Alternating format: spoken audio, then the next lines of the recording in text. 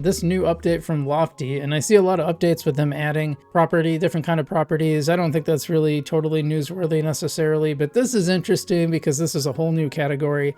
And yeah, why don't we take a look at this? Right from Lofty itself, which if you don't know what Lofty is, by the way, Lofty is, I'm sure a lot of you do know what it is, but Lofty is a company that allows you to invest in real estate with as little as $50 per token. You buy a fractionized share via this token, and then you get rent payments from the land. Now this is a little bit differently. So normally you get you buy like some sort of rental property, and then you get money from the rental property. You can buy land on Lofty starting at just $50, which is what we talked about, but now it's land. It's actual just land, no building. So these are two parcels in New York and New Jersey, apparently paying out 7% rental yields. So 1.2 acres in Burlington County, and waterfront land, vacant land, just 5 minutes by car or boat from Philadelphia. You can see a little picture of the two. Interesting.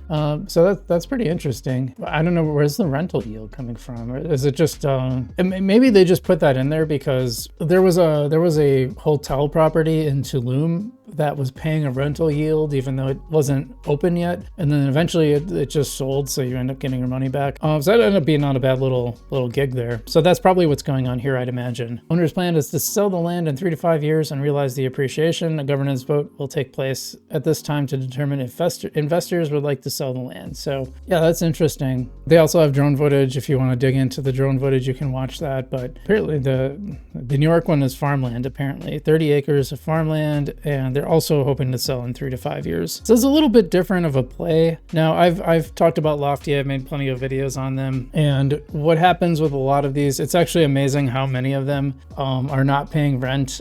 Been kind of a losing game for me so far, to be honest. So I haven't been a big fan of.